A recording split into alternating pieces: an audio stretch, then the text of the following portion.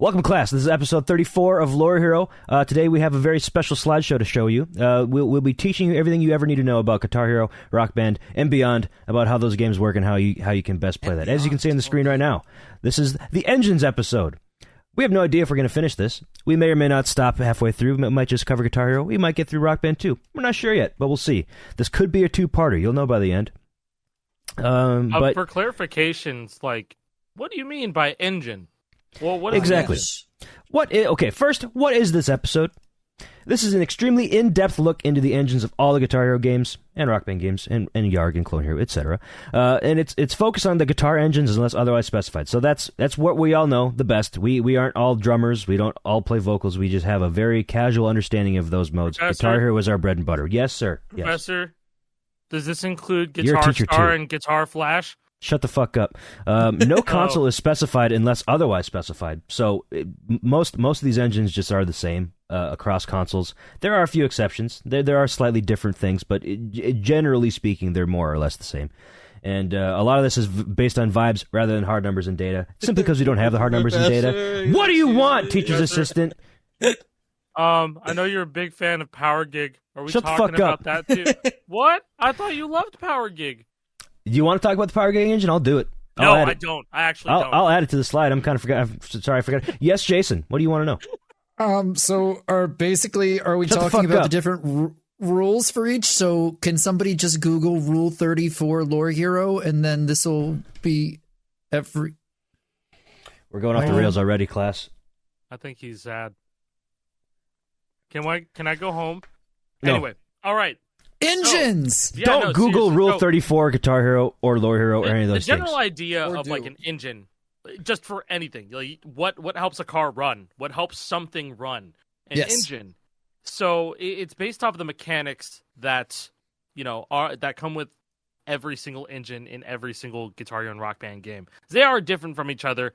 Some of them are very similar to each other, with little tweaks here and there, and that's exactly what we're trying to get into.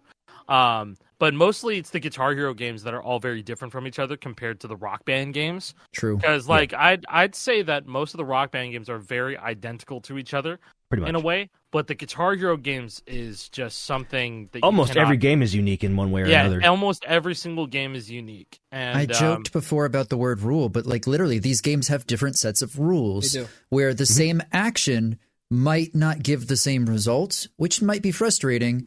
I mean, if we compare that to like Fortnite Festival nowadays, everyone's a little bit more familiar with the fret forgiveness issue because of that game.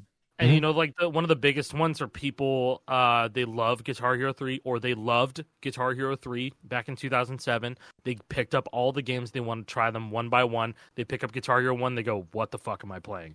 This is impossible. You cannot take the skills you learned on Guitar Hero 3 and backport that to Guitar Hero 1. It won't work. It's a maybe different Guitar game, Hero different 2, engine. but Guitar Hero Hero 1 absolutely not. Guitar Hero 1 We'll get into that. Get to it. Exactly. Ooh. So, no, this is going to clear up, people's concerns, or, if they were ever curious, what has been the change between all these different games. And I also want to say that just baseline, every single game that we talk about here is going to be as if we were playing it on native console, no emulation, no unframed, no uncapped frames or anything like that. Because the truth is, every single one of these games benefits from uncapped FPS, and that's a technicality. So but it just wasn't designed. It was designed for 60. It was and that's designed how it's meant for to be 60. played. So. Every single game here was designed for 60, even the clones. But it's all right. That's just how it. I guess it's at this point dated game design, maybe, because all these games are they're supposed to not be frame dependent. But sorry, I'm going off on the tangent. Let's just get started. Oh, that's a good tangent to go on. At the time, though. Yeah, that's just it. Literally, technology was different, right? It was the design philosophy was different back then. Well, nobody's playing 120 FPS. Nobody's getting 1,000 FPS in their games. We'll talk about it when we get to the GH3 part, because that's where everything changed in 2009. Yes, everything changed when people found out you could uncap the FPS, and it wasn't a landmark game. Yeah, and it wasn't like people like Toby or Gamma or Megapang that were the ones to popularize this. You'll never believe who popularized uncapping FPS. We'll get to that. You'll never believe it. I don't think I'll believe it. I don't even know who the answer to this is. But okay, yeah. Who popularized it? You'll know. We'll figure it out. Okay. But yeah, basically, engine in this context is just like the rules of how you hit notes and how different aspects of gameplay interact with each other. It's not like the game engine that runs everything. It's just the highway. Everything to do with the notes is what we mean when we say engine. Maybe, it's the hit logic. Hit logic. Yeah. Because the games do run on many different like game engines, like the Guitar Hero 1, 2, 80s. That was the Milo engine from Harmonix, who then made Rock Band. That also all the Rock Band games are on the Milo engine except for Rock Band 4. That's on Forge, something like that. But then all the Guitar Hero games, Guitar Hero 3 and beyond, were all based on Tony Hawk engines. We'll get into all that later.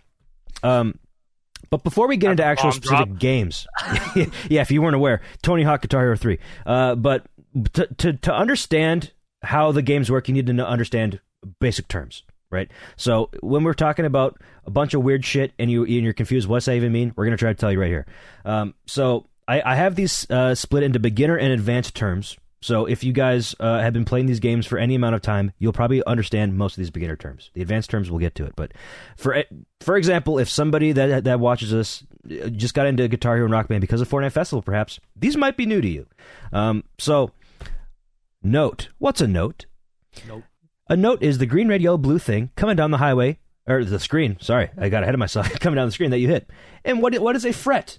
A fret is the button that you press to hit that colored note coming down the screen. Wow. And the highway is the track that scrolls down the screen towards you. So we mentioned the highway. That's the thing that brings the notes to you. The strike line is the area where you hit the note when it comes down the highway. It's the little circles or squares, rectangles, at the bottom. The timing window is how much time you have to hit any given note. Typically it's 200 milliseconds, but that varies. We'll get into that. Yes. A chord is 2 or more notes hit at the same time. A strum is the action that you do to hit the note. It's using the strum bar. I have a guitar here. It's called a strike in Fortnite Festival, Professor. I don't know what the fuck strumming is. That's an overstrum. Is a strike, I believe. Actually, This is the strum bar. The strike bar? Oh no! The strike I don't bar? like that. I don't Not a fan like of that. the strike Strike bar. Yucky. Ew. It's a strum bar. Don't try to change these things. It's been 18 years. Or 19 years. Fuck. Almost 20. Oh, no. Almost 20. Almost 20. Ugh. A hopo is a hammer-on pull-off. That's one that we get every once in a while. What are you saying with hopos? What's a hopo? Hammer-on pull-off. They don't need to be strummed if the previous note was hit. So if you're on a combo and a hopo note shows that up, also applies to a real guitar. Like Yes, that's, it does. They This is call true. it hammer on to pull Like off on a these real are guitar. like This is a real- lot of these real are term. terms borrowed from real guitar. You know, naturally, a game Yes. based on playing guitar, kind of. who would have thought? A sustain is the note that is it's a long note. You don't have to be you have to a hold note, whatever you want to call it. It's just a note they have to hold down for a longer period of time Until the tail ends. until the sustained tail is over, until it reaches the end of the strike line. An extended sustain. We get into some of these in the later games, World Tour and beyond. Is a sustain with other notes played while the first sustain is active. So it's a sustain on top of a different sustain. These don't currently exist in Fortnite Festival side, they so if don't. somebody is newer to the series and They might has not know. wondered what this is, you might not have ever even seen this yet. Yep, or Speaking Rock of Band in things general. I was gonna say Rock Band in general. Because sliders, the next thing on board, you could take over from that. Yeah, sure. I'll continue with my dictionary.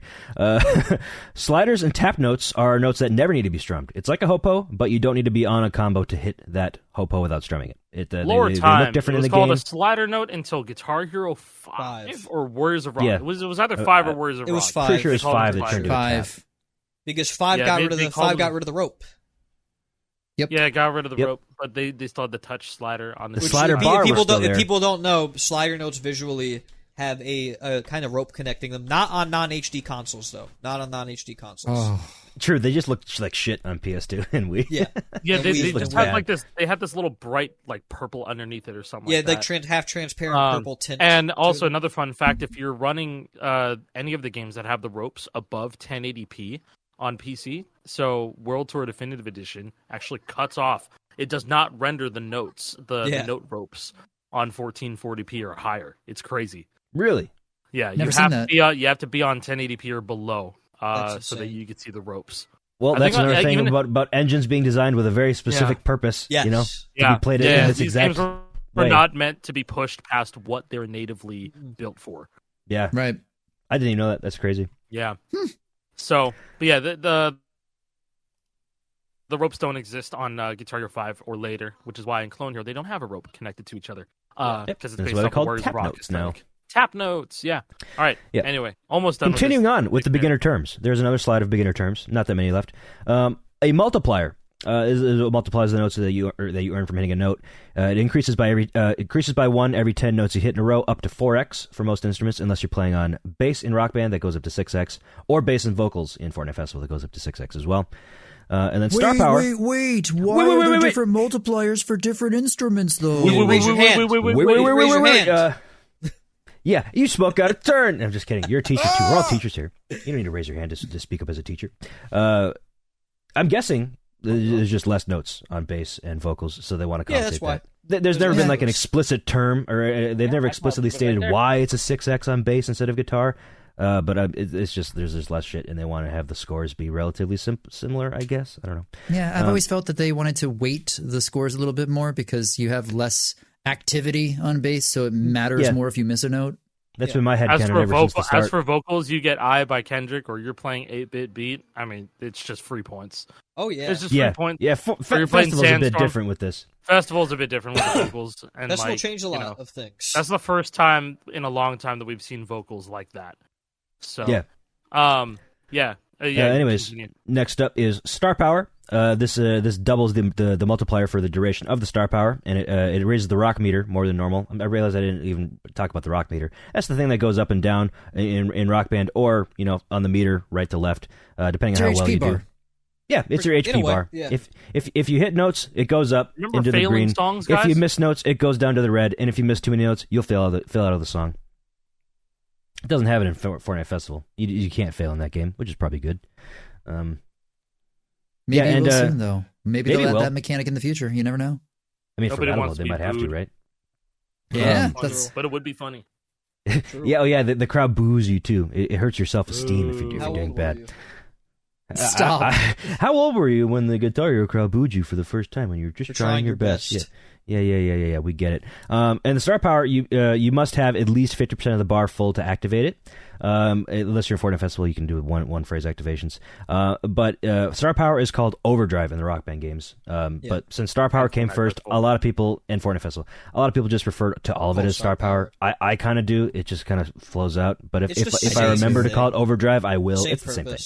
Yeah. Same exact mechanic. No Overdrive sounds cool. Don't get me wrong. I always thought it sounded cool, but Star Power just sticks with you more. I like Overdrive. Yeah, Overdrive. Same with like Hyperspeed versus Breakneck Speed. I think Breakneck Speed sounds cooler. I like Breakneck Speed a lot, but I think I've always had Hyperspeed because it's just it's always stuck. Yeah, exactly. Industry term.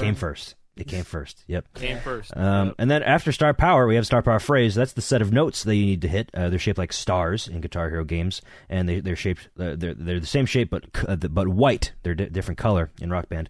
That awards the player 1/4 of a bar of Star Power. Yes, I guess they are kind of more silver than white, I should say. They award the player a 1/4 bar of Star Power if the whole phrase is hit without missing. That's the big thing. To earn the Star Power, you must hit the entire phrase without missing a note. If you miss a note, you will not earn any Star Power from it. That's like one of those things where it's the first time you play the game, you're like, oh fuck, I gotta hit this. I don't want to miss. I don't want to miss. I'm gonna fail if I don't hit this phrase. That's like the Jordan. First.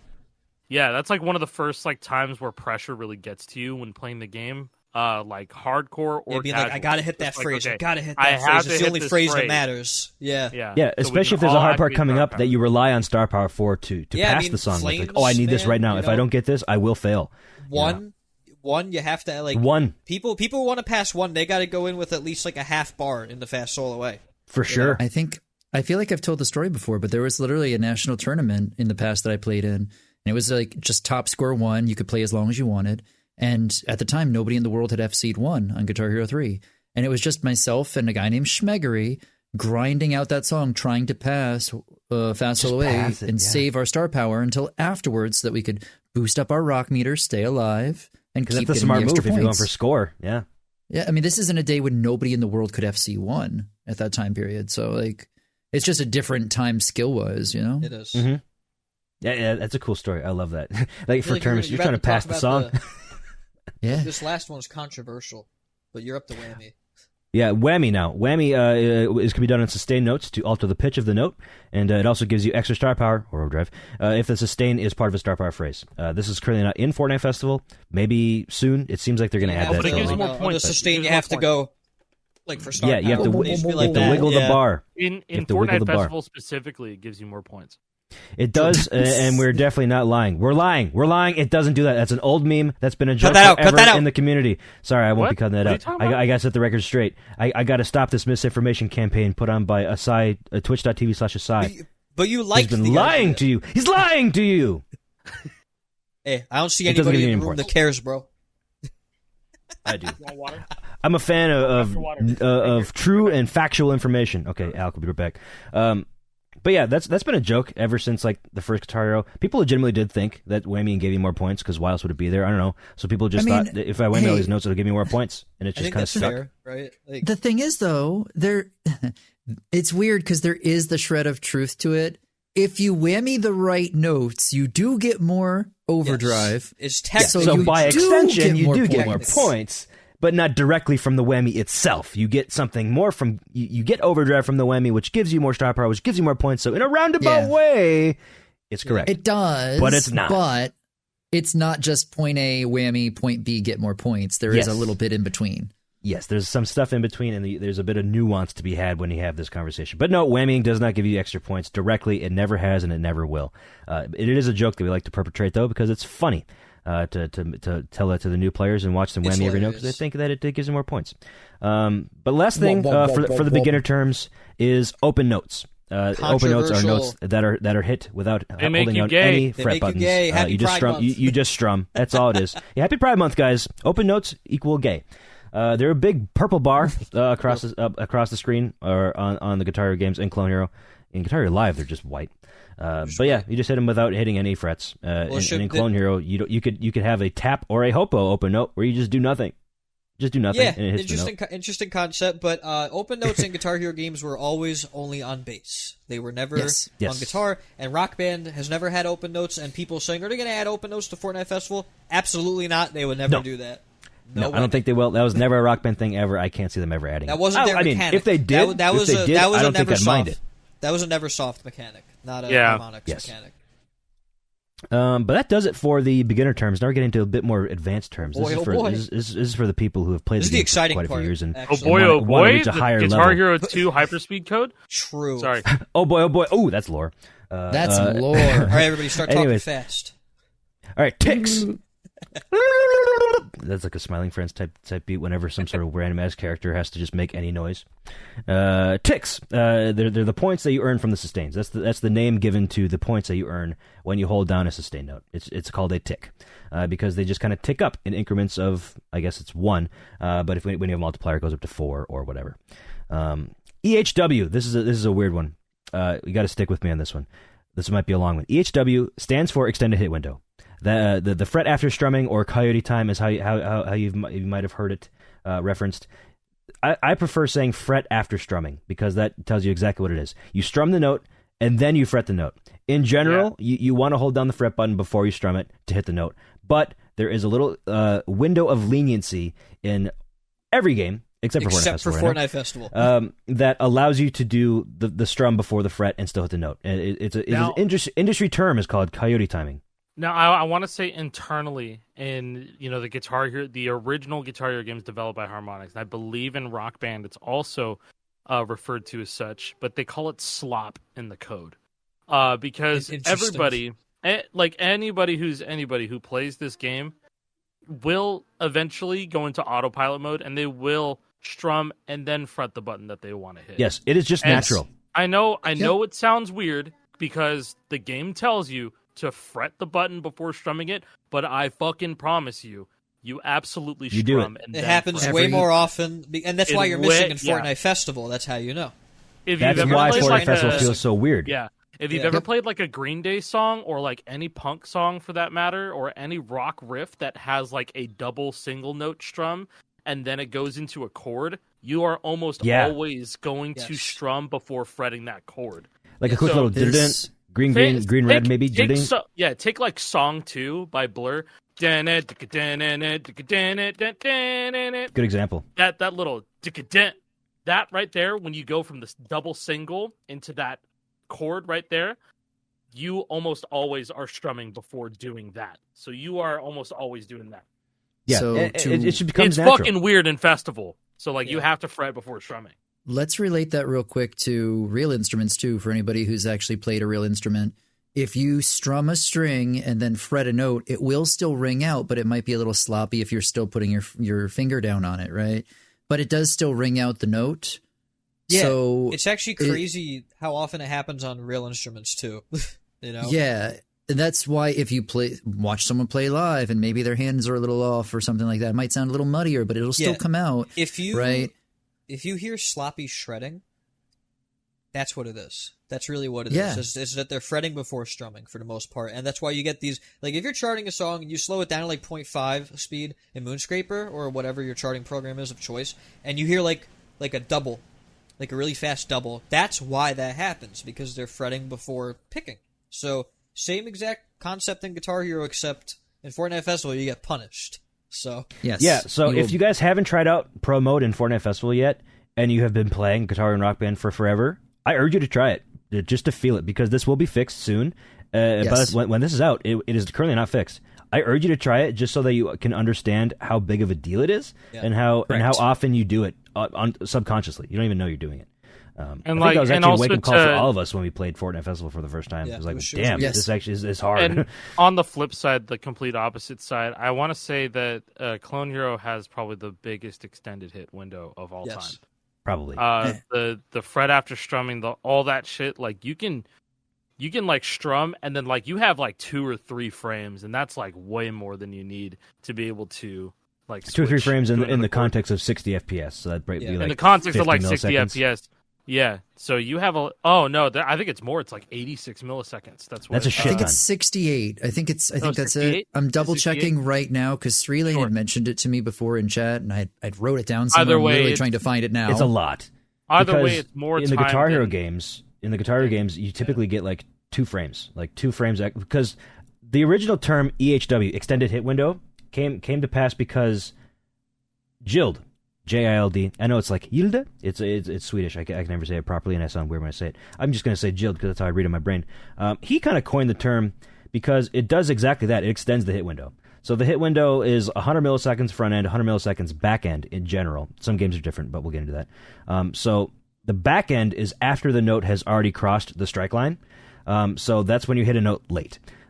So you have 100 milliseconds to hit that note after it crosses the strike line, but this actually extends the hit window. If you strum like 100 milliseconds after it crosses the strike line, you have about 34 extra milliseconds to fret before and still hit that note. So essentially, you just made the back end hit window 34 milliseconds longer. So this actually helps big time for squeezing. So when you squeeze, you want to hit the notes as late as possible to activate star parts as late as possible. Doubles and triples almost free. You gain more. Your squeezes are much larger than they ever were allowed to be under normal circumstances. So it is an essential thing you must learn. If you are lost on this term, and this is the first time you're hearing about extended hit window, like this is as sweaty as it gets when it comes to you don't need to worry about this. Unless you want to see this shit in action. I think JPrez has a couple of videos up of him using it. Evil Apple does a lot of very good examples. They make it obvious.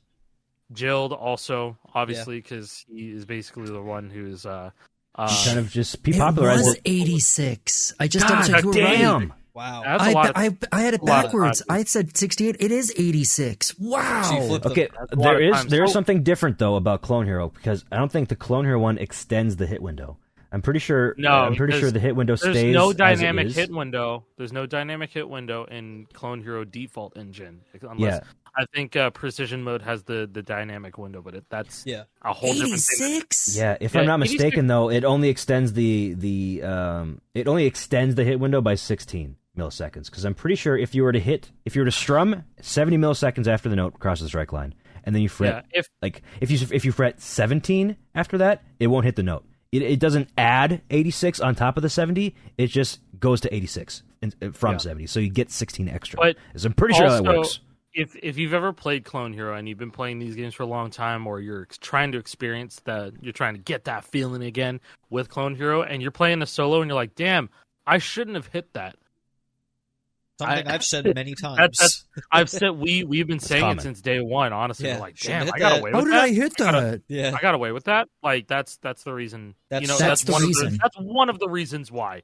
But yeah, Anyway, we can. I think we've talked enough we about this. We talked down extended hit window. That should have been the rest of down them. Yeah, the rest of them. It probably should have. To come to think of it. Okay. But the rest of these will be much faster. Anchoring. That's when you hold the lower fret while Fire playing a Flames higher fret. intro! Yep, perfect example. Fucking you anchor the green. What's Jordan riff? I don't This know. might seem a little bit more straightforward for anybody who's been playing a long time, but I feel bad for the people who are just getting into Fortnite Festival because they don't understand a thing about anchoring. They don't know that they can do it. Yeah, no, because you can't do it on pad mode, and it's not explained. Yes. That by the way, on pro mode, you actually can hold down the button instead. That's you not can press any buttons you want to. You won't overhit. You won't strike. And hey, so to give context for anchoring real quick, this is also one that's really important to compare to real guitar.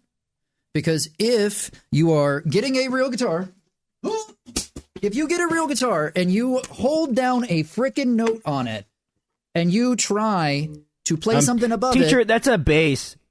It's a guitar. So it's the first thing I had in arm's range.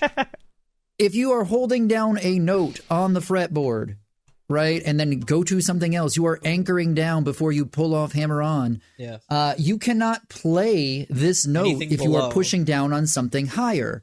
I cannot play this note down here because something else is being held down. Same concept applies for Guitar Hero. Yeah. Directly correlates to Guitar Hero. Yeah, you know how a ship doesn't fucking leave because they have an anchor weighing it down. You know, like that's it. You're hitting the notes below because you're anchoring. Your green is not leaving unpressed zone. Yeah, like you can't. You can't. You're holding down your finger. finger. It's anchored down.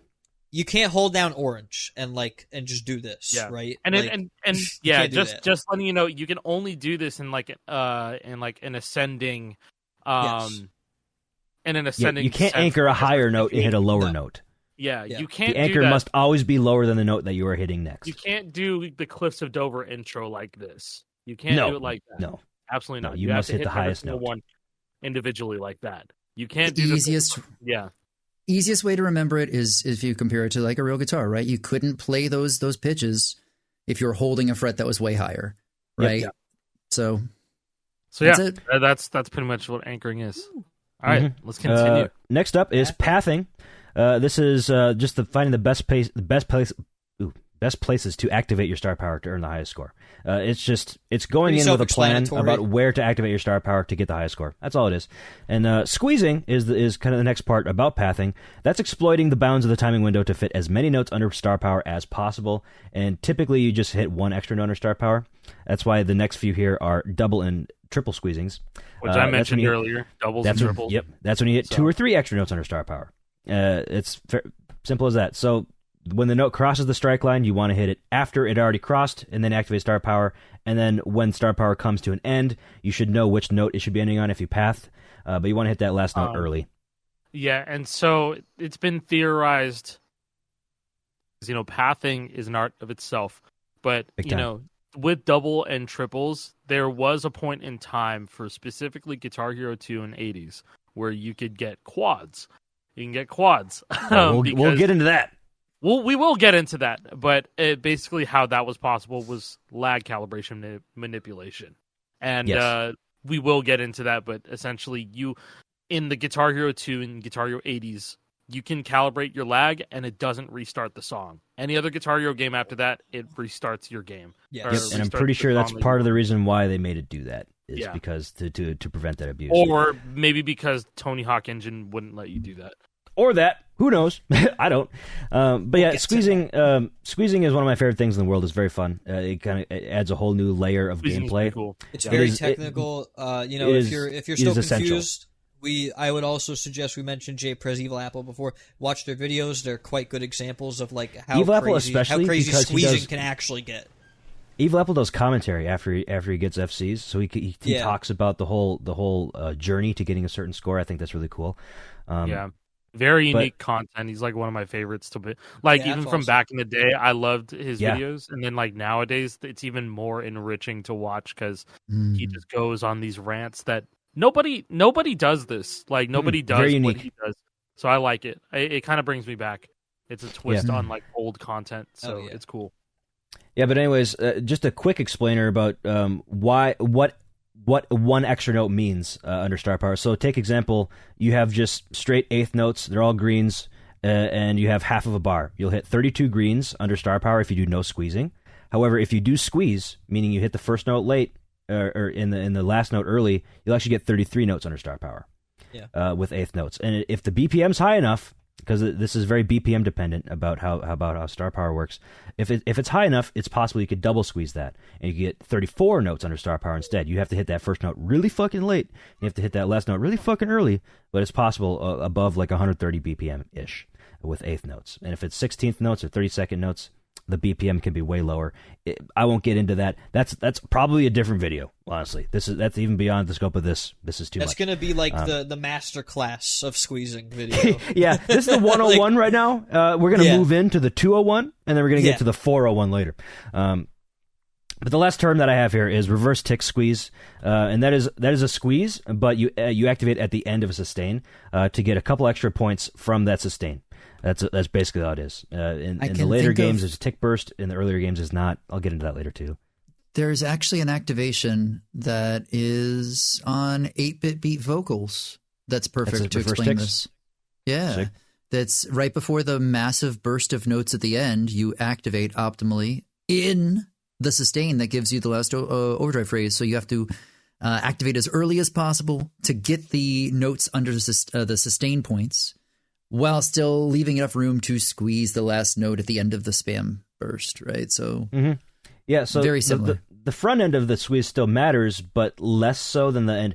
When you're doing a reverse tick squeeze, you really have to focus on activating at a point where you can still get that last note in that you planned, while also still getting points for that sustain. It's fairly common, but I don't know. It's just something I wanted to mention.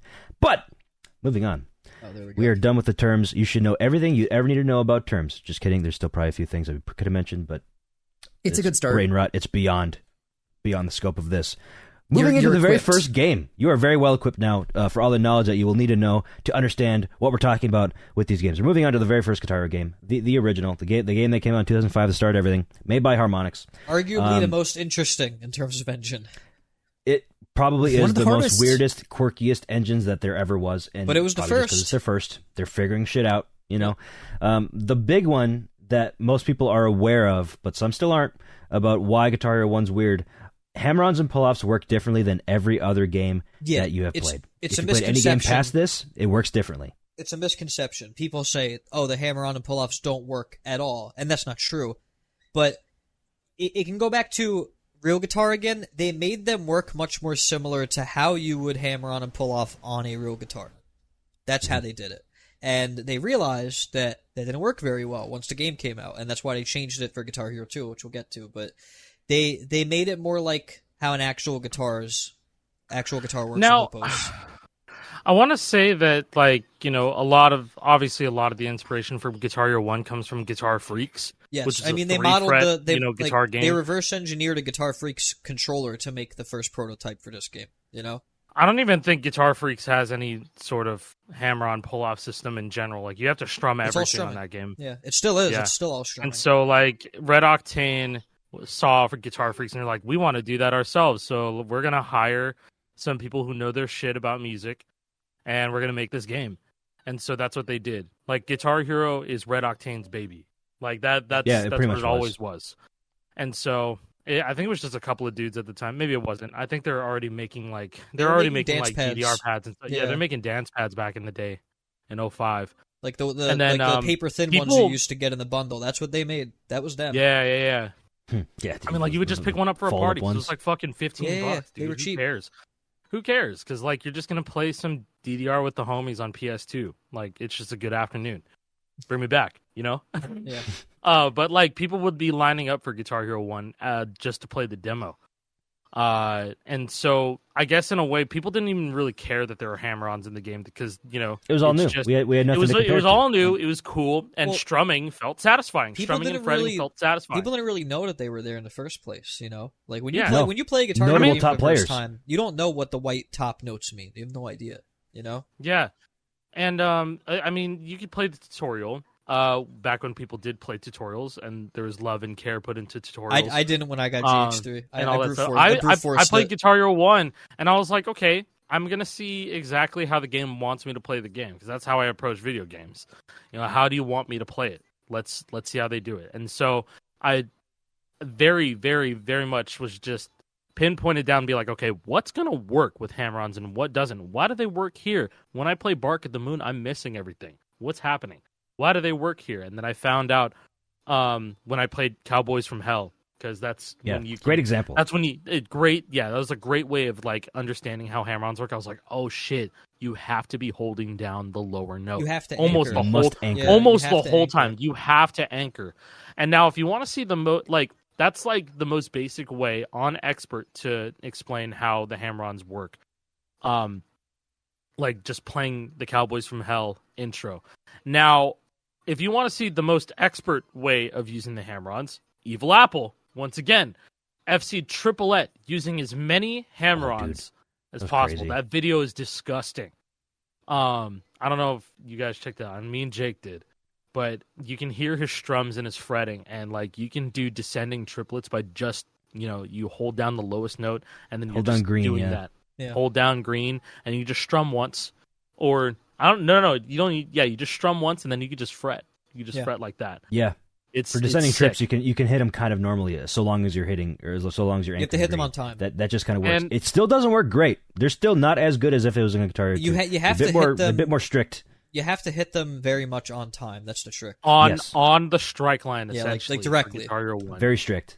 Maybe a little bit before the strike line. Yeah. Maybe. I don't have hard numbers to back it up, but it's I strict. wish we had like the exact numbers to back it up, but like that also wouldn't be like a great example too. It's just you see the way Guitar Hero 1 is laid out. I almost guarantee you, no matter what hyperspeed you're on, like it's just gonna have to be right. No, there was no hyperspeed. No hyperspeed at all. There's no hyperspeed in this shit at all. That's why it's so hard to tell. There's no practice mode either.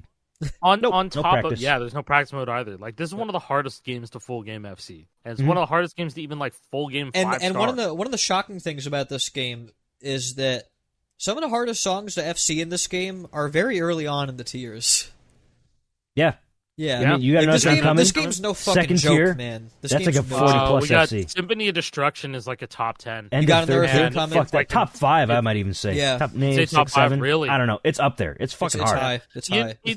The other thing is with like top players is that Guitar Hero 1, if you're good enough to full game FC it, the hardest songs for each top player that have FC'd Guitar Hero 1, it's very polarizing. I think Texas Flood is one of the worst charts to ever go for an But FC. then some people say that's the easiest. Meanwhile, some of them, that's like the easiest for them, and they can FC it on command. I'm not trying to say it, but I did it during the gauntlet. I just kind of hopped on the game, I just played it, and I FC'd it, no problem. If you give me Guitar Hero 1 right now, I could probably FC Get Ready to Rock, first try. Yeah. Easy. I remember it's the blue-orange trill. The crazy blue-orange trill. I was in Phoenix, Arizona with Smokey Prog at a tournament, and he's like, "You've never played Guitar Hero 1? Try this part." And I hit it first try, and I remember him yelling at me. Everybody who plays, just being upset. Every single person who plays Guitar Hero 1 will have different. They'll have different things that work for them and what doesn't. Right? Because it's such a different experience. If you've played the other games and go back to GH1, it feels alien. And that's really does.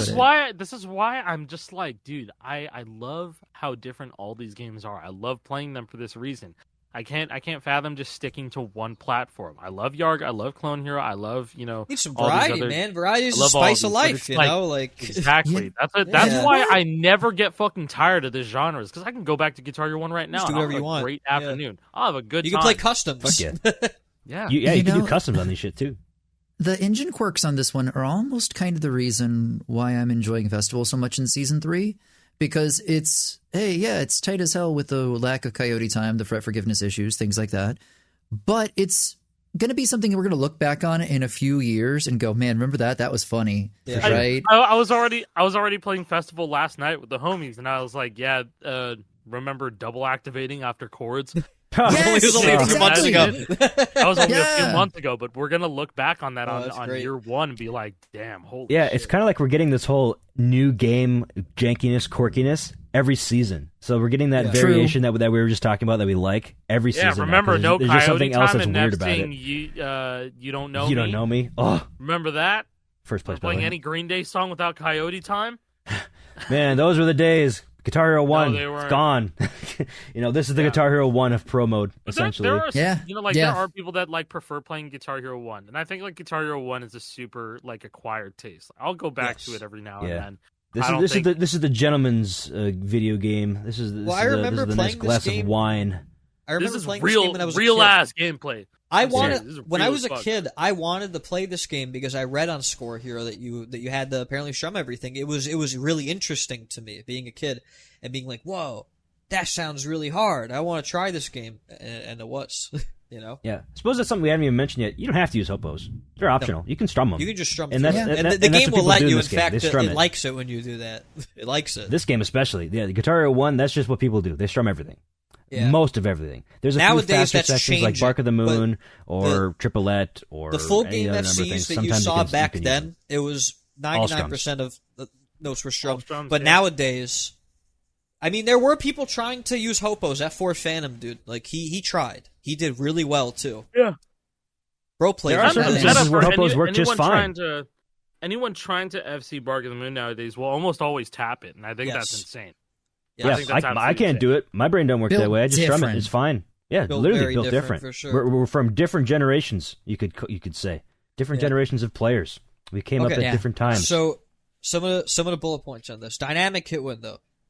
Yeah. By the way, that was going to be the longest one by far. The hopos. That was a lot to talk about. That was just the introduction to the game. The rest of them will go quicker. Dynamic hit window. That just basically means that the hit window changes. It's not a static 100 milliseconds front end, 100 milliseconds back end. The 100 milliseconds front end always is the same. You always have 100 milliseconds before the note hits the strike line to hit it. But after the note hits the strike line is when things change. If there's no other notes that follow it within the next 100 milliseconds, you have 100 milliseconds to hit it.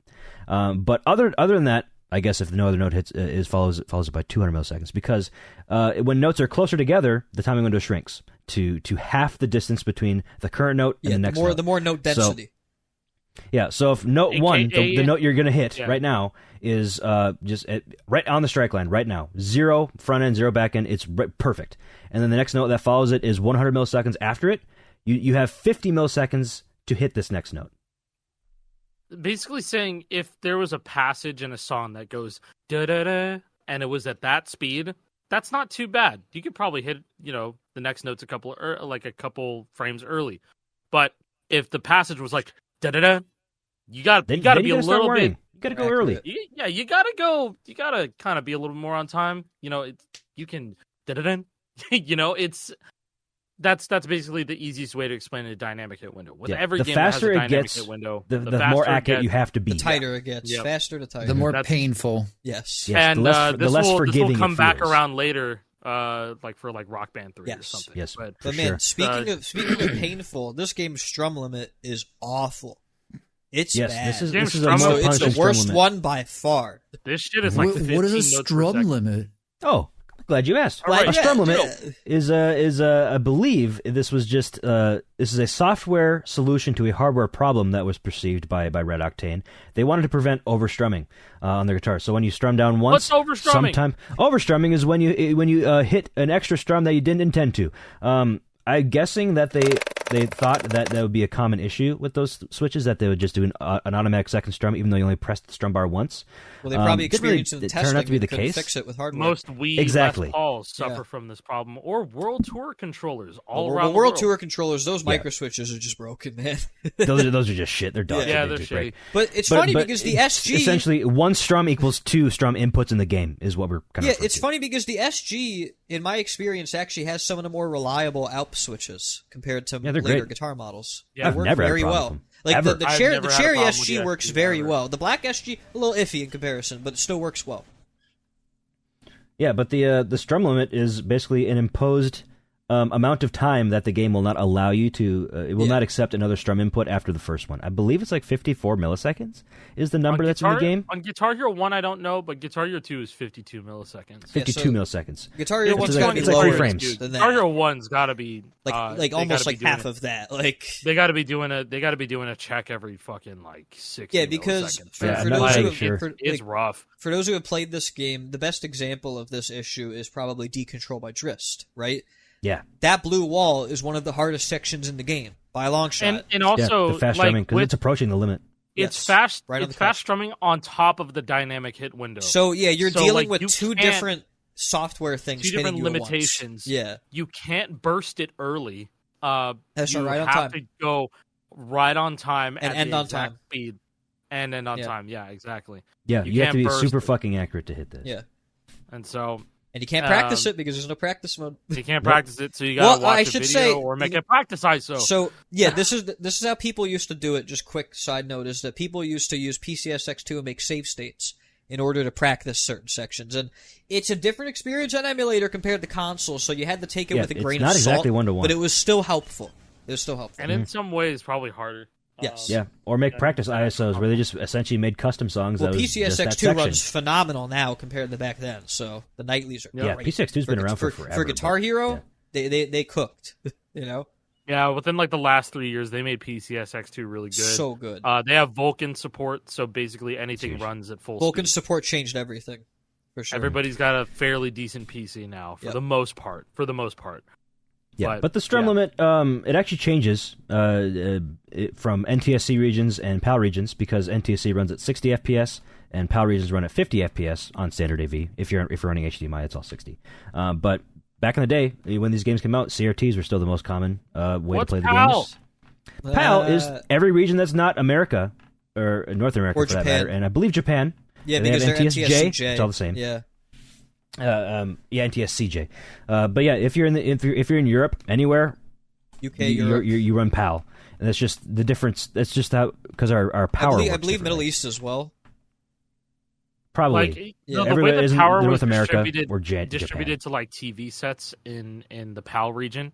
They use different voltages than we do. They use different voltages, and therefore the games run at a different speed. They they have different standards too. I believe it's also like TV broadcasts. I think it has something to do with their power ratings So they use 240 gave them volts. the 50 hertz instead of 60 hertz. Yeah. They use 240 volts. We use, I believe, 120 volts in America. 120. Yeah. Like essentially the PAL region runs the game at 50 frames per second instead of 60. Which is not exclusive to Guitar Hero. This is everything. This is every game. This is every like video game. Yes. Every game does this.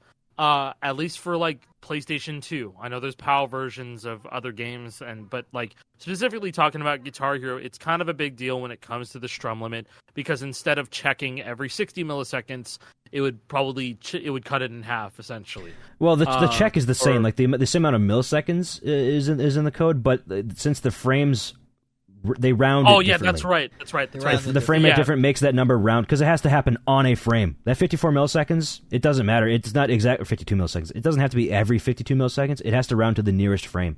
So at 60 FPS, every frame is 16.66 milliseconds away from each other. So 2 of those is 33. 3 frames is 50. So it's a little over 3 frames. So it actually rounds up to 4 frames. And 60 divided by 4 is 15. So you have an essential strum limit of 15 notes per second on an NTSC game, a Guitar Hero game. But on PAL, I'm pretty good at my math. But on PAL, it rounds up to be about 3 milliseconds. Because the time in between frames is 20 milliseconds. 1,000 milliseconds in a second divided by 50 hertz is 20. And if it's 52, you're up to 20, 40 for 2 frames, and then 3 frames is 60, which is that 52 milliseconds. It's within there. So it's not 20. It's closer to 17, I believe. It's like 17 notes per second is way around fucking better than fucking 15 or 14, bro. Better. It makes way better. Good difference. lord. You can probably burst some of that shit. Like, it just depends on when the game decides to let you, get these extra strums in. But that's how complex these really were. And they probably didn't even mean for it to be this complex. The Harmonix, they just wanted to make a game where you could have fun pretending to play guitar. Yeah, without losing your multiplier randomly because your guitar just decided to do an extra strum even though you didn't do exactly. it. That's all that they wanted to do. But little did they know it opened up a huge can of worms later on. All of this minutia is the stuff that people don't understand about how much these games differ from each other. Because, all these overarching mechanics are similar, but the small quirks do change. And as we're about to get into GH2 here shortly, you'll see the differences. A lot changed. Mm-hmm. A lot changed. changed. So much changed. But yeah, let's move on. I wrote harmonics ticks for sustains, and what I mean by that is that all harmonics games follow this philosophy. When you have a single note sustain, just one note, and you have a sustain, we'll just say it gives you 100 points in ticks. But if you had a chord sustain that was the same length, it would give you 200 points in ticks because you hit two notes. So you get points from each sustain of the chord. Neversoft games and beyond didn't do that. You get the same amount of points, the same amount of ticks for hitting a single note sustain versus a quintuple note sustain. That's why having like triple chords in like Guitar Hero 1 and 2 gives you so many points. Yes. So it accounts it for each sustain. So that's you why activate on sustains. You're actually getting a lot. Sometimes of points. That's why sometimes your it actually is more beneficial to activate on happens. sustain. Your it actually scores happens in between festival like too. Yep. Harmonix and Neversoft games. That's why they're so different on the same songs too. It's a Yeah, like if you rule of import thumb. a Guitar Hero 1 or 2 song into GH3 PC or whatever, you will get less points on GH3 less PC than points. you would have if you played it on PS2, on Guitar Hero 2 or But whatever. if you play like a GH3 song on Guitar Hero 2, you're getting a fuck ton of points. Getting That's a lot why more. it's possible you can get 1,000,000 points on Through the Fire and Flames on In Guitar GH2. Hero 2 if you have see it. a lot, Because like of a the million, sustained a million differences. 30K, like 1.03 million maybe even. Yeah. So many. It adds up quickly. I mean, Steph is the one that was able to prove it, like straight up. They have seen it on fucking Guitar Hero 80s. And it was like 1 million or I think it was like 1,095,000 or something like that. It was like very. I don't remember the number, but it was a lot. Like it was a lot. It makes It was a huge lot, difference. dude. Yeah. There's a lot Yeah. of triple note chords in that song. There are. I mean, thanks, but anyways, Chris Vance. Yeah, shout out Chris Vance. There's another weird quirk about Guitar Hero 1 specifically. Yeah, I'm curious when about you this one. when you gain star power, there's a small animation that plays afterwards. You know, it fills up the meter like dynamically. It doesn't just like go from like a quarter bar to you're at a half. It's no, an there's like a animation, little, yeah, there's an animation that adds it up. You must wait for that animation to finish before you can activate star power. That's not the case for any other game past this. You get star power immediately, even though the That's animation really still plays. What's crazy is that delay doesn't exist in a prototype that was What? Really? that's maybe like the proto doesn't have this yet. okay, before. Wait, it went really? So this Really? was a late The addition prototype mechanic. does not It have was. this. This was like Or a it was a purposeful mistake. mechanic, maybe. It was a mistake because Yeah. they wanted to polish it up. Who The knows? Wow. Don't know. There you go. That's the word. I think it was an oversight. It very well Probably, might But have on been. that I mean, prototype, you know, you can code is activate code. right You know? the fuck away. Yeah. Yeah. It changes things big time. But yeah, so you it- can it changes explain things the your pause paths. path. And you could change you could talk about the pause paths right now. Yeah, so this mechanic is exploitable for certain paths that you Like all a lot- things. True. Like all things are exploitable, true, if you're quick enough and smart enough. But for some paths, you want to activate immediately before another star power phrase comes up, so you can actually get the next star power phrase. But in this game, you can't activate immediately, so you'd end up forfeiting that next star power phrase. But if you pause the game directly after you earn star power, it skips that animation. Like the animation time goes, but the game itself isn't running. You know, the highway isn't still going. So if you gain star power, pause, unpause, activate, you can activate immediately that way. But this is all fine and dandy, except when you pause on a sustain, because when you pause on a sustain in these games, it drops that sustain. You drop it. You drop it. But if you listen to this is fucking wild. If you pause before hitting that sustain that you want to activate on, you hit the note, pause, or hit the note before the sustain, pause, swap your guitar out to a DualShock controller, unpause, hit the note on your DualShock controller, the sustain note that is, pause again, swap back to your guitar, unpause, activate star power while holding down the note that sustains. Actually, I don't think you need to hold down the note. I think it just stays. You will be able to activate immediately on a sustain. So That's it. refresh. Hit note before. Swap to PS2 controller. Go hit the note with PS2 controller. Swap back to guitar. Activate. Note stays held down. There are a couple instances where you need to do this to get a top score. Hyper brain I rot wanna shit say right that, here. That was a lot to take in. And what songs Too do you much. do the song? What songs do you do the song? Killer Queen is one of them that I remember for sure. More Than Thunder a Feeling. Thunder Kiss. That's definitely a pause path. I don't know if that's I think sustained More Than a pause Feeling. I path. remember More Than a Feeling. Frankenstein? You do the song Frankenstein is one as well. I don't think I did the DualShock one because that I song's watched hard enough to Kev's. FC. I think I watched Kev's video on. Yeah, Frankenstein I believe has 2 of this. That's disgusting. That's Yeah. gross. That is terrible. It's already one of the hardest songs to FC in the game. Kev has a whole video about the Lost Artist Suite. He does, yeah. Steph has a nice long video that goes through a lot of this hyper shit. Where Steph actually talks about like pause activating and has like a nice little animation to go with it too. It's really cool. It's one of my favorite like little concepts to talk about to people who haven't done it or played the game, because it's like, how did anybody figure this out? Like, that's a valid question. I have no idea. You know what? To be fair, like lots of people's guitars, like when you had the original Guitar Hero 1 guitar, you know, the thing that you would want to do when you're done playing the Guitar Hero game, you put the guitar standing up on the floor, right? That's like the one thing you would do. Mm-hmm. The problem is that the fucking wire was dog shit. Yeah. And so true. everybody, my guitar specifically, was breaking because of the wire being frayed down here. And I was just like, I don't know what to do. So for a long time, I tried to get good at DualShock because that was the only way I was able to play the game.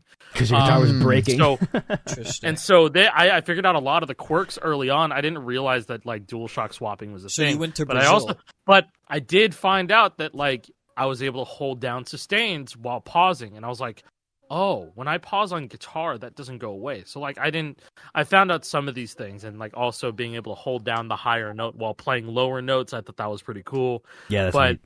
And Guitar Hero 1 actually has a completely different DualShock system compared to the rest of the games.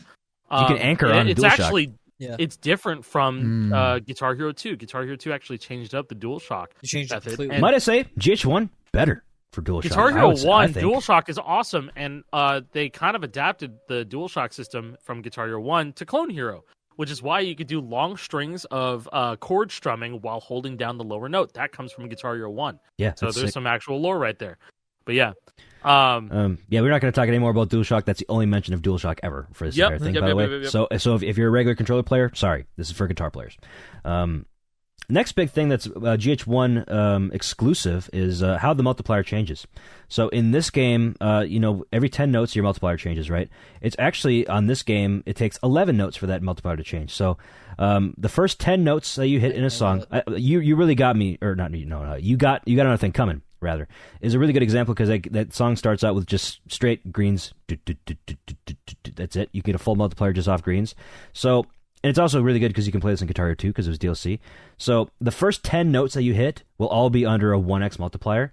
And then on the 11th note is when you start getting a 2x multiplier, and then 21st is 3x, 31st is 4x. That's so weird. In every other game, the multiplier changes on the 10th note and the 20th and the 30th. So really, you only have 9 notes. So how big is like the score difference between the GH2 version and the GH1 version? Oh, when I say a lot, I mean not that much.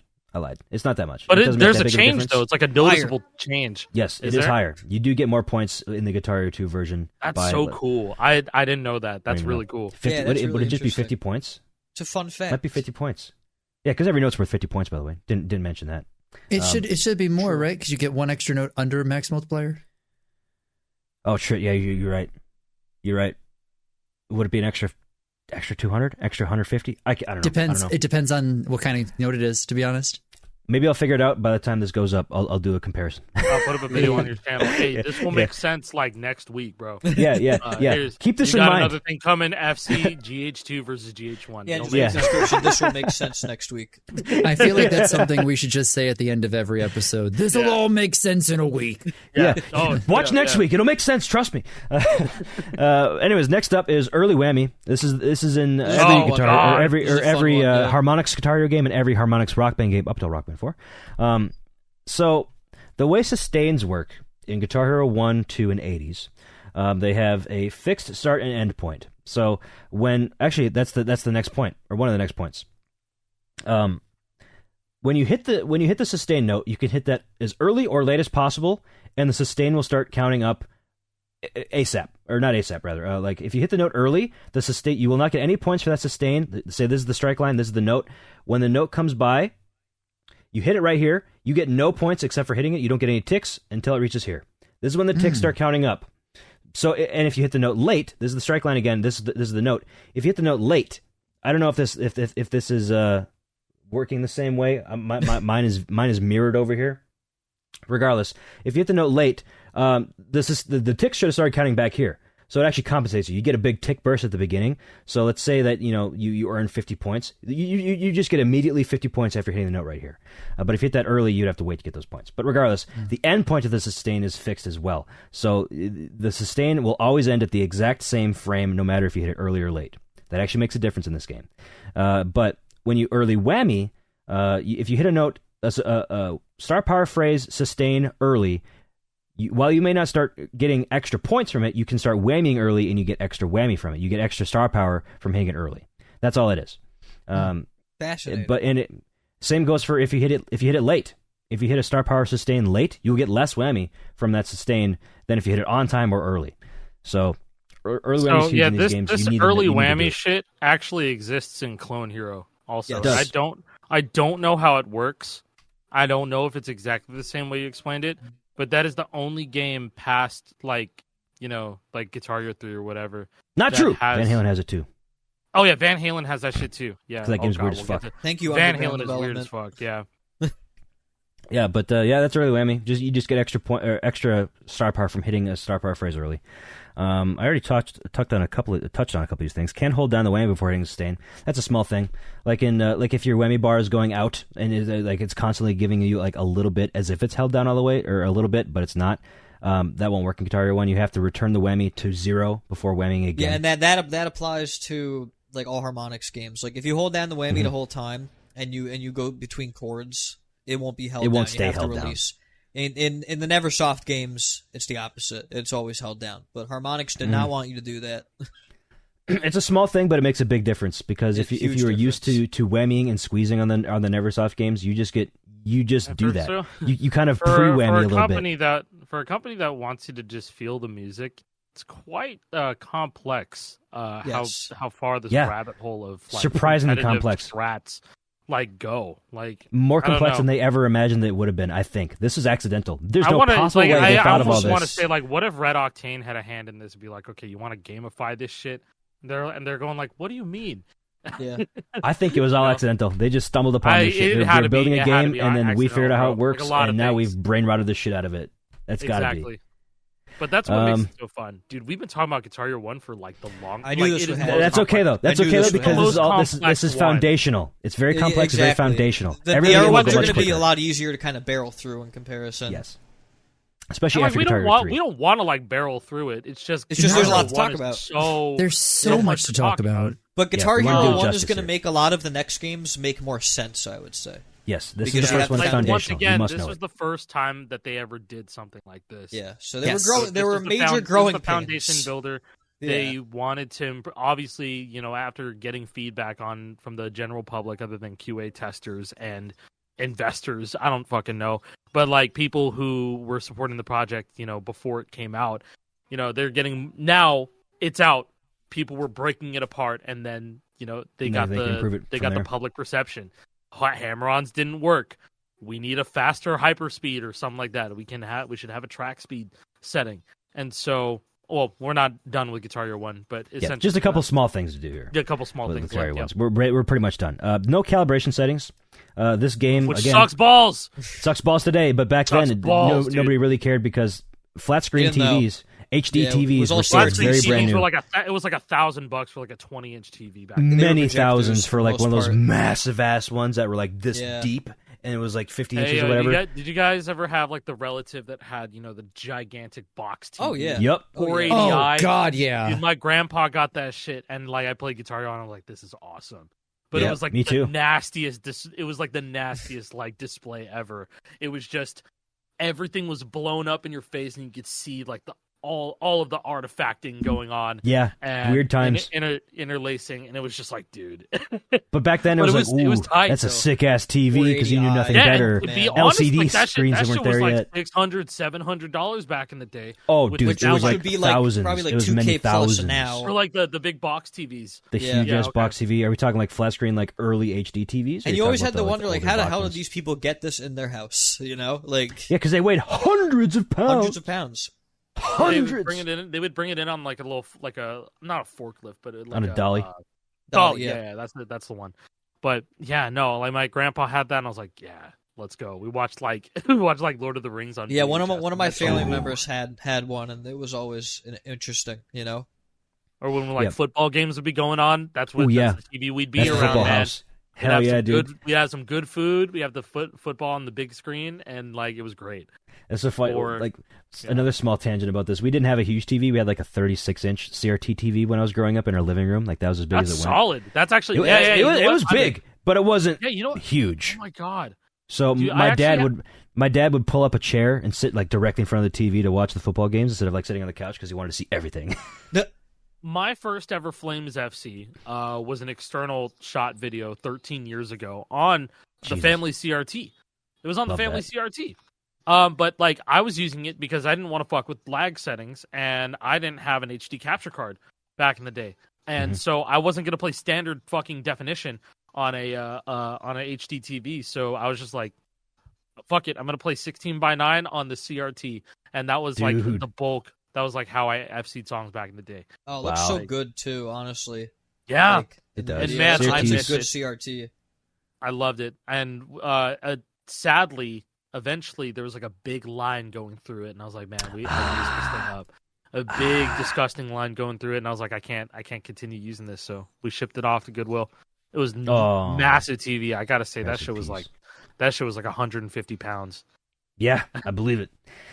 All this is to say that CRTs were the king back in the day. HD TVs were still brand new and nobody really had them yet, so they didn't really understand how they would fuck with the audio and video calibration of the game. They just kind of programmed it to be exactly it. So what you get is what you get. You can't change your video calibration, you can't change your audio. And that's also like the people in the fighting game community can probably relate to this. You know, this is why Smash Melee is played mostly on CRTs, is because there's no they didn't optimize for the latency through adapters and all this other stuff. Same with other fighting games too. You know, all these like Street Fighter and all that shit. Any game that needs very precise, specific inputs. Man. You need that immediate feedback. And off season 2, they had a bunch of those old Dell monitors that you would see in like computer labs in school. It was super sick. TV back here, I went to Goodwill with Jay Prez when he visited in January, and we found that TV for $10. We'd be like, who knows? Maybe. Yeah. And the reason I picked it up was not only because it was $10. It was because this also had component inputs on the back, and I was like, huge. Component inputs. Let's just buy this and see what was up. Me and Jay Prez played co-op on this thing for like hours. It was great. Dude, that's like reliving childhood right there. Oh, man, like the biggest problem is that it had mono audio, even though there's very clearly two speakers there, but one of them was not working, so I had to. One of them was not working, so I had to do mono audio on it. But that was a good ass $10 that I spent at the Goodwill. Yeah, worth it. So that I just hooked up the PS2 and it was a good time. All right, Jason, we were just talking about CRT TVs. The lack of calibration for Guitar Hero 1. Yeah.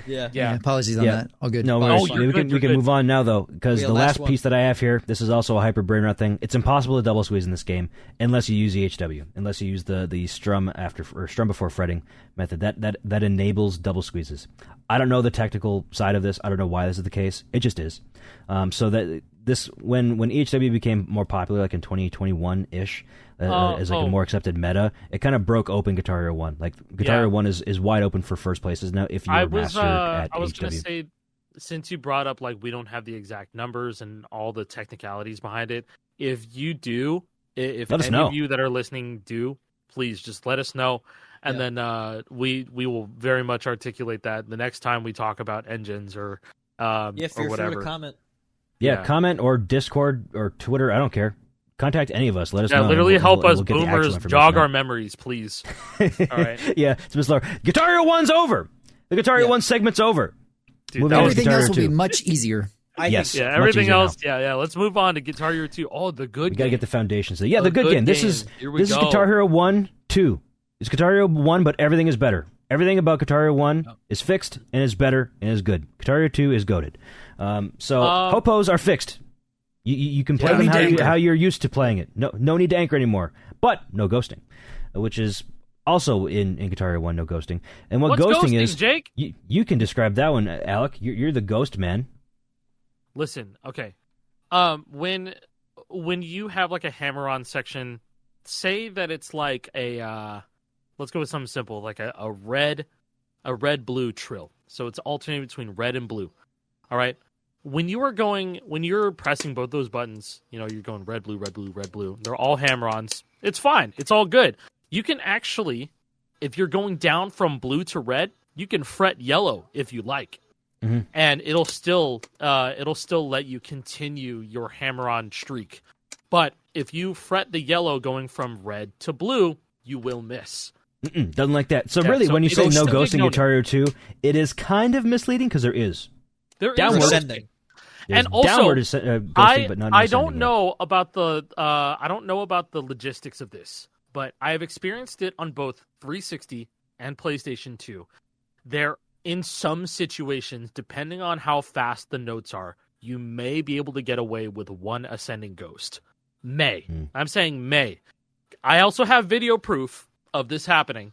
If I can find it, I have video proof of it. It's uploaded on my channel, maybe unlisted. But I do have video proof of this. Engines are weird, and I believe this also happens on the Rock Band games. But it's kind of like it's kind of like a moment where the game goes, "Oh shit, let's just give it to him." Let's give it to him. But it's never like you can. It's not exploitable. This is not something that can be exploited heavily because I think they give you. My philosophy is, after playing Guitar Hero 2 and Rock Band games for so long, all the Rock Band games have this exact... Even Fortnite Festival also has the same logic where if you're in a situation where it goes red, blue, red, blue, red, blue, you can go from blue to red by ghosting yellow in the middle and then fretting red. But then if you go upwards, it won't let you continue. Festival even has that. But like in my experience with all of these games is that you cannot heavily exploit no ghost. Or this whole ghosting engine. Yeah. You can try. You can very much try. And in one situation, the video that comes to mind is Bieberly 2's Hangar 18 FC from like 2000. That's what I was gonna say. That's when I discovered the downward ghosting is Hangar 18 in that solo where it goes like a solo orange, that blue, goes, yellow, orange, yellow, and then he just does in the lower ones as well. Descending triplets the entire time. Because that's how a lot of people hit it. That's how I first learned in the first place. Until I realized, it's actually a lot easier if I just go like or not tap it, but like I used to tap it when I was a kid, and then later I one-handed. Interesting. Now, but that was the section that I kind of realized. Because the Guitar Hero 2 chart has gaps in between each of those bursts. Yeah, it does.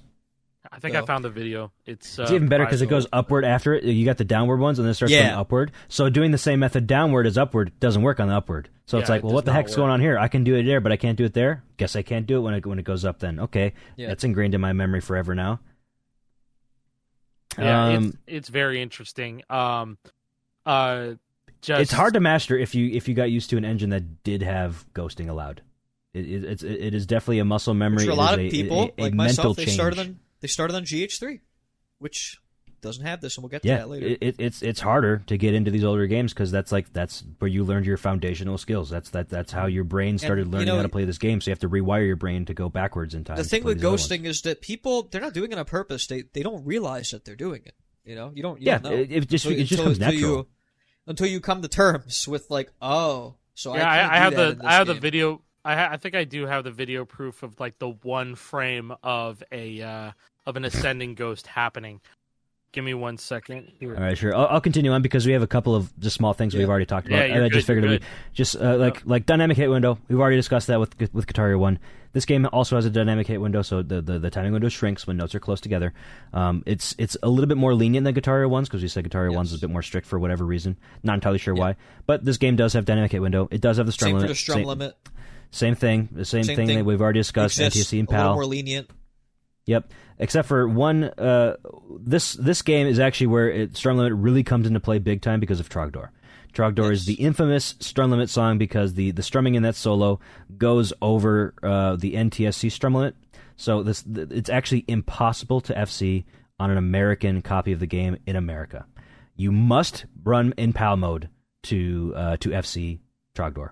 It's impossible otherwise. Like, people have done the math. You will miss the second to last note if you're on an ideal setup with NTSC. So strum limit actually does come into play here. The multiplier changes on the 10th, 20th, and 30th note. So this is what we were discussing earlier with Guitar Hero 1 being weird. Every other game follows this formula where it's a 1x until the 10th note and where it changes to a 2x. and so on. This game also has early whammy, like every other Harmonix game does.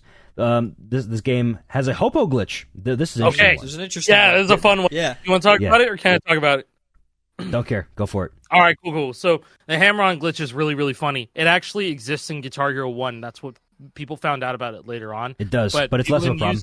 It's less of a problem because you're strumming everything in Guitar Hero 1. But, okay, so in Guitar Hero 2, if there's a hammer-on that you miss at any point in the song, that note becomes a strum for some reason, if you miss a hammer-on. And the only way to get rid of it is if you back out of the song, go back to the song select menu, and you go back into the song. If you restart, it becomes a strum note, but it still looks like a hammer-on. And what's also very interesting is that if you do restart the song and a song is already hammer-on glitched, if you miss in another hammer-on, that wasn't that one that became a strum, that note now becomes a strum. And the one that was broken before fixes itself. And mind you, it still visually looks like a Hopo. It does not look like a strum. Very much still looks properties like change. a Hopo. Yes. It's just because for some reason when you miss, it just turned into a hammer. It just turned from a hammer-on to a strum. I found this out by accident, and I thought I was going insane until I went online and people were saying the exact same stuff. Yeah, this was a big problem. It was a actually. very I big legitimately problem. didn't know about this. Yeah, dude. You're lucky. Yeah. You're lucky You're lucky. that you didn't know about this. You probably experienced it without realizing. We all did. And That's So- what I'm saying. Like, I'm trying to think of how many times I like, oh. Yeah, it's And like, now- I All swear I makes hit that sense note. now. What went It wrong all there? makes sense. Some lore that happened with this is that the problem became so widely known on Score Hero. Harmonix and Red Octane were frequenting the Score Hero forums because that was like the poppin' scene, like the scene was popping over there. At the time, they found out about it and they fixed it for Guitar Hero 2 360 and Guitar Hero Rocks the 80s. Yes. They fixed it. They found out about it and they're just like, oh, okay, well we got it done. Everything's all good. Thanks for letting us know. And so. And that's why GH80s kind of became the go-to de facto customs disc. for customs. Yeah, Yes, for customs. because it Even didn't though have this it was glitch. really weird to put customs in that game on GH Explorer because the arc would come up as corrupted. Yes. It used Yes, to come would. up as corrupted until somebody fixed it, unless there's some... I forgot exactly how to do it, but yeah. Fuck GH Explorer. Anyway, yeah, that's the Hopo. That's the Hopo glitch. That's the Hopo Fucking glitch. annoying. It just turned a hammer-on into a strum without any real indication of it. So Guitar Hero 2 added calibration settings. So now with your HD TVs, you can change your audio video calibration to account for the delay that was added by the TV. That's all well and good. However, it introduced the calibration abuse squeezing that I've called. This is what we were referring to before as, when you calibrate mid-song, it doesn't force you to restart the song. So therefore, if you're running at like 0 milliseconds lag, perfectly, no calibration settings added at all, if you squeeze a note as late as possible, you can hit 100 milliseconds late, that's fine.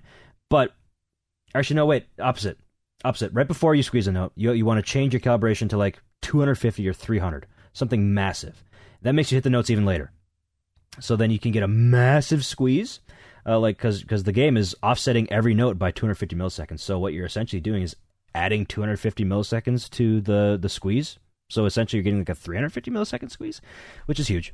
That's a lot of time. The videos are really funny because they go into the calibration screen and then it goes beep, and then they strum like half a second later. Yeah, yeah, because you got to learn how to calibrate it for massive. There are quite a few videos out there. The Tan Man, he has a lot of videos of this. Yeah. And who Smokey else? Prog used to Smokey do Prog did do that, but those videos all of his unlisted. catalog is gone though. Unfortunately, I think it's all privated. But Yeah, he there might used be to do one a or two lot out of there it. still. Like if you find them on Score Hero, Maybe. Yeah. I was gonna say that Fortnite Festival does not restart a song, but it also doesn't stop a song when you pause the game. But you can do this during like an emote break, and if you want to try and do that shit, you absolutely could. Yeah, theoretically it works. Theoretically. There's plenty of songs with long breaks where you curious. can I wonder if we can do it go on into the pause. I wonder if we can do it on something. We'll figure it out and be like, I hey, don't yo, like I kind of want to just push it as much as we can because like it's different now because something like this could probably get fixed in like 2 weeks. You know? It'd be gone. Something like which is this could good. be fixed in like 2 weeks or up to a month. I mean, either way, Yeah, that's something to it's look live into service. though, because that could be a problem. It could be a problem, We could but it have also a couldn't. history It for also yourself. couldn't be. It could be a non-problem because it requires pausing in the middle of the game, and pausing doesn't stop the song. Anyway, sorry, we can continue. Yeah, but yeah, calibration abuse squeezing, kind of cheesy. It never really caught on as as an accepted method of squeezing and getting high scores. We It's all pretty kind of look fucking down upon nasty. it. It's fucking nasty. We don't really look we don't really consider the scores done with that as valid. Like with regular competitive rules, we would consider it to be a different thing. Just like Because you're essentially you're thing. pausing. You're pausing the song. Like Pausing doesn't necessarily invalidate an FC, but a lot of people are like, yeah, fuck it. a lot of people are just like. Nah, it's one of those like gray area things, but it's on the lower gray area where it's like, yeah, you do it, but this fucking sucks. this sucks. Don't, it's funny to do in practice, maybe not to set a world record on a. Yeah, on a I song. don't know about that one. Yeah, but so the second part of that calibration thing was you make the calibration massive for the beginning of the squeeze, and then but right before the last note of this squeeze comes up, you reset it back to 0. So you're no longer adding 250 milliseconds. You bring it back to 0. So what you essentially did is added 250 milliseconds up here, and then you just gained an extra 250 milliseconds. You get power free. for You free. get you basically get For free. doubles and triples for free. For free. You know For what? quadruples, For even. absolute free. And Quintuples, you can get even. quad. Quintuples. That's like where it becomes a double in regular play or a triple in regular play. But like a quintuple is like not a thing. That's non-existent. You can't do that without ever. abuse. Quads are the absolute max, and there's only like 3 or 4 of those ever in the entire series. Let's give some context here for people who don't know, like just point value wise, right? A top score, you might see a point shift from first to second place of, less than 30, 40 points. It might be really super close. Just some more extra sustained points, yeah. If you're able to get 4 or 5 extra notes under a star power activation, it's 200 for every extra note. More if it's a chord. Suddenly you're getting extra thousands of points, which is screwy. That's hard. That's a lot. You can't beat that normally if you're using these calibration changes and shit like that. Nope. But every extra squeeze that you can get at top play is massive, and it's huge. Yeah, and it makes a big difference. Before calibration abusing, quads were just like kind of a myth. It's like you said, there's only a couple songs in the whole series where you can get a quad with regular settings. And then like rare. A quintuple was just theoretical. Unheard of. That's unheard of, theoretical. Like doesn't exist. Like a sextuple. Like I don't know. If people doesn't exist. I don't know. It's very probably on like easy mode. Someone's gotten like a sextuple squeeze. You know what I mean? Maybe potentially on easy. If there's enough notes. Oh yeah, easy or medium. I don't know. True, But anyways, that's pretty much it for Guitar Hero 2. The other stuff that I have down here is can't hold whammy down before hitting sustain. Same with Guitar Hero 1. Same with all Harmonix games. And then fixed endpoint sustains, just like Guitar Hero 1. What we discussed with how sustains work, that same concept applies here. So moving on to Guitar Hero 80s. This is just Guitar Hero 2, but with the Hopo glitch fixed. Ta-da! That's it. Ta-da! That's basically it. Alec put in here better Hopos question mark. I put in better Hopos because it's been a conversation for a long time that the Guitar Hero 80s and Guitar Hero 2 360 engine are very similar to each other in the Hopo department. Mostly because people have said, and I believe them because I share the same outlook and experience with them. But when you play hammer-ons on Guitar Hero 2 360, it's kind of a lot better than doing it on GH2 on PS2. Just in my experience, I think they're completely different, and I think that Guitar Hero 80s uses the same engine as GH2 360, minus the strumming. I think the strumming is handled a bit better here. I wish I could say that. I wish we. I guess this is like talking about both the 80s and the 360 engine. Hey, I mean, there's a reason that the Scar Symmetry solo medley was FC'd on 80s and not GH2, right? Yeah, maybe. And I mean, GH2 360 came out like in April of 2007, and I believe 80s came out either in June or July of 2007. So 360 GH2 did predate 80s. So whatever fixes they made for the 360 version, they could have backported back to the PS2 version for 80s. And then I've also, and shout out to Local H, Scott, who's looked into the code of like 80s and GH2 360 and was like, I can't really report anything different. But Scott, you can correct me if I'm wrong. I don't know if we've cleared this up because I know we've had that conversation over in Milo Hacks, just talking about the 80s engine, why it's seemingly better than Guitar Hero 2 PS2. Some people don't feel the difference, but it really comes. Yeah, you don't feel the difference, but then I play a lot of customs on both like 80s and GH2. Yeah, you'd probably feel it for customs. You feel it more for normal customs. Songs, there's nothing crazy enough that you would notice it. Yeah, exactly. Yeah. So, like JP said, 80s was kind of the place that people went to play customs. I think that's where said Gammo FC, Scar Symmetry Solo Medley, like Scar Symmetry Solo Medley was FC'd on 80s. Fucking one of the best FCs of all time. Through the Fire and Flames was FC'd by Steph on Guitar Hero 80s because of the no hopo. No hopo glitch. That was primarily the reason, but like who knows what other factors went into that. But mostly it was because of the no. It's hopo also a glitch. Smaller game, and it's easier to make ISOs. Yeah, it's a much smaller game. You can get 30. It's just 30 songs. That's it. Yeah, anyway, so it was smaller file, faster faster transfer times. Exactly. Yeah, but I realized we didn't talk about the GH2 strumming thing on 360 though. GH2 360 strumming is fucked. It is fucked. There's something wrong with that. Missourlu is significantly more challenging on 360 than PS2. I'd say that both Rock Band 1 and Guitar Hero 2 360 are very much the same engine. I think they are the exact same engine. Yeah. Spoiler. But that's why like Greengrass and High Tide's just like never been done on NTSC. Strumming sucks. Strumming sucks on that shit. But I think it's much worse on Guitar Hero 2 compared to Rock Band 1. Yeah, and I think to this day, nobody really knows why it feels worse than PS2. I mean, it was essentially a remaster. It was a remaster of a 1-year-old. No, not even a 1-year-old game. It was only a couple months old. 4 months old. 5 months old. 4 months old. I mean, they were being developed at the same time. I mean, people thought that remastering the first Spider-Man game was fucking crazy. Activision remastered a game in months.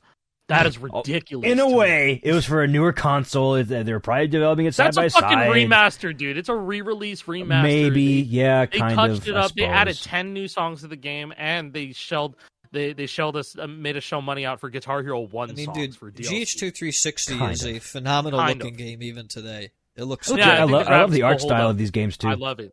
Harmonix really. This is engine related, but the art style's great. Yeah. Everything to do with Guitar Hero 2 and Guitar Hero 1 GH80 is just the way things I think like even look. GH1 has a very unique aesthetic. You know, like I actually like the gems. I've always liked the gems in GH1. Me too. My favorite. I think that they have so a little bit more dark, style to them. Their contrast to the boards. Well, they also really have nice. like it's not like a scar, but I don't know how to explain it. Like the way that the gem is designed. shiny. It's the shiny, a little shiny, 3D shiny, yeah. and that all goes away with Guitar Hero 3, where all the aesthetic changes. I'm down here now. I think Guitar Hero 3 might have to wait till next week. That's true. We were talking because there honestly is a lot to talk about with GH3. But this episode could just be talking another about GH1 the original Guitar Hero games. the original trilogy. I kind of like that because I like that. Behind the scenes here, we didn't know how long it was going to take. You know, when we were thinking about how to do this, how to present this. There's a shit ton. We had no idea. Was every game going to take us 5 minutes, 10 minutes, 30 minutes? Didn't have any idea. We had no defined Guitar Hero endpoint. 1 for but this is probably pretty good. minutes. I love that shit. I loved it. Hey, you guys wanted lore? We're giving you lore. You want lore? I mean, legitimately, this feels like it's the perfect time because straight up, so many people who are experiencing the plastic guitar for the first time through Fortnite now don't know these terms. Nope. And I guarantee, hey, if you are listening to this now and you have a friend that plays plastic guitar thanks to Fortnite Festival and is like, what is an anchor? What is a hopo? I don't know. Why is my hoe PO'd? I don't understand. Like, that's just, you need to link them this episode and maybe they'll get some knowledge in them, the brains, and they can get better. Help them out. No need to gatekeep information. No need to only have been in this space for the past 15 years to understand it. No. This is open, everybody. We want to share what we know. This is like way better than like one of us shelling out a whole bunch of time to make some fucking bloated video essay where nothing makes any sense. It's much better to talk about it like this because then in a conversational way.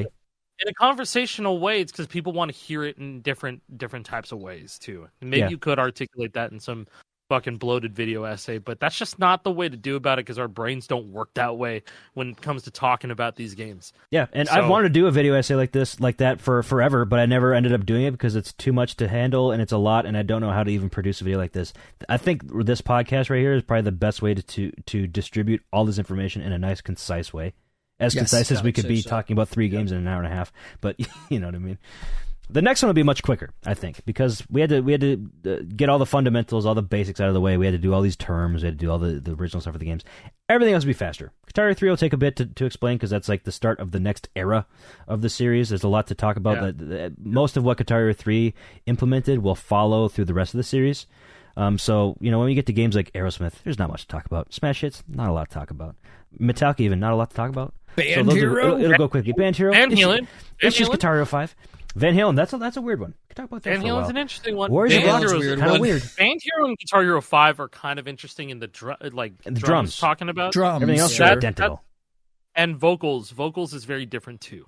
I think I have enough experience in most of these games to talk about like the vocals engine because they're so fucking wacky. But yeah, these games are very interesting. They have a whole lot of info, big rabbit holes to jump down for most of these games. Yeah, it's going to be because it all changes with GH3, so you guys have to stay tuned for that because like literally everything changes with GH3. It's not the games that we just went over, not even close. Mm-hmm. Yeah, treat this just as the introductory video. You need to watch this before you watch the other ones so that you understand everything better going into the next ones because we won't tread the same waters again. All the concepts have been introduced. Yeah, now you understand the concepts. If you need to, like I can create a study guide for you. You can hand in your quizzes. Just kidding. I'm not doing any of that shit. But yeah, I mean, catch us next week. We'll talk about the rest of them. We'll probably get through the rest of Guitar Hero. Maybe talk about Rock Bands as well. Honestly, there's not a whole lot to talk about Rock Bands because most of the engines are basically the same. Yeah, most of that stuff is like all very similar to the Guitar, like the first ever Guitar. I feel like Rock Band 3 will be the most talking points, for sure. Yeah, Rock Band 3 and 4 and Festival are all different from each other, and for sure, the biggest. Rock Band 3 is. There's a reason why people talk about Rock Band 3 a certain way. Mm-hmm. I have a feeling that'll be way down the road at this point. We're gonna have to figure out scheduling and we gotta hurry up. Oh yeah, we gotta figure out how to handle this. But yeah, next episode we talk about engines. Yeah. We'll continue on. So that was episode 34. Thank you very much for watching. Thank you. What the hell is that all about? Vroom vroom in my mom's car. What's that even a reference to? What did I say they brought that up? Engine. True. Helps the car run. Okay. Stop. He's not wrong. Going back to the beginning. I'm sorry. See you next week, guys. Bye. Bye. Bye.